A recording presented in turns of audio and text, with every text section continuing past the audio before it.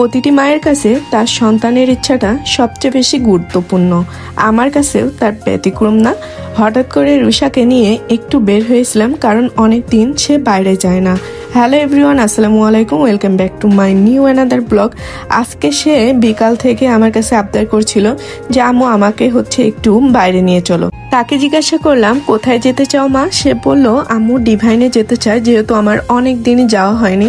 যেই ভাবা সেই কাজ, আমি তাকে নিয়ে বের হয়ে পড়লাম। আর এসেই তো সে এখানে মহা খুশি।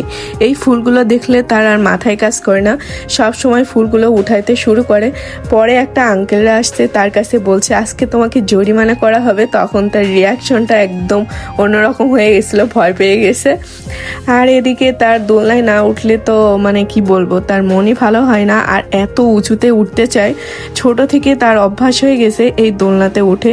সে বলে তোমরা যত জোরে পারো আমাকে তত জোরে দোল দাও, আর আমিও তার ইচ্ছা মতো তাকে দোল দিতে থাকি। দোল খাওয়া শেষ হলে সে এখন চলে আসলো এদিকে আসে। এখন সে খেলনাগুলো উঠবে। তার তো এখানে না উঠলেই ভালো লাগে না। আমি বলছি যে এখানে ভিজা আছে, তোমার যাওয়ার দরকার নাই, কিন্তু কি আর করে, সে কি আমার কোনো কথাই শুনবে না। যেহেতু এখানে সবসময় খালি পায়ে যেতে হয়, কিন্তু ভেজা ছিল, এজন্য জুতা পরে যেতে বলছি বলে তার রাগ হয়ে গেছে। বলছে জুতা পরে কেন যেতে হবে? পরে অনেক বুঝিয়ে তাকে জুতা পরেই উঠাই দিলাম। আর এখন সে এখানে পিছলা খেলতে চলে গেছে। এখানে ছোট থেকেই তার কি বলবো অভ্যাস হয়ে গেছে, ঘুরতে যেতে চায় সবসময়। আর বাচ্চারা তো আসলেই ঘুরতে যেতে পছন্দ করে, শুধু বাচ্চারা না, বড়রাও ঘুরতে যেতে পছন্দ করে। আর এটা ওটা ঘুরতে আসে। এদিকে সাইকেলটা সে একা চালাচ্ছে। আগে এটাতে উঠতে সে ভয় পাইতো, আর এখন বড় হয়ে গেছে আর একাই চালানো শুরু করছে। বলছে দেখো আমি কত স্পিডে চালাইতে পারি। তারপরে এই হাতিটার পিঠে উঠে দেখুন তার কান ধরে কিভাবে দুল খায়। আসলে বাচ্চাদের এই দুষ্টুমিগুলো দেখতে কিন্তু অনেক ভালো লাগে।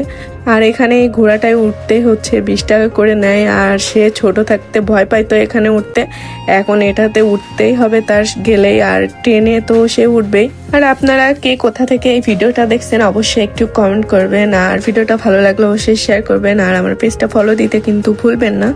রুষাকে এখান থেকে আমি তো নামাতে পারছি না, বললাম যে চলো একটু তাড়াতাড়ি করে আমরা বাসায় চলে যাই, সন্ধ্যা হয়ে যাবে। সে তো কিছুতেই রাজি হয় না। তারপর অনেক বুঝিয়ে নিয়ে আসলাম, এখন তার কথাগুলো শুনুন। আর তুমি তো চিকেন ফ্রাই খাবে, আমি তোমার অল্প বার্গার দেবো, তুমি আমারে অল্প চিকেন দিবা।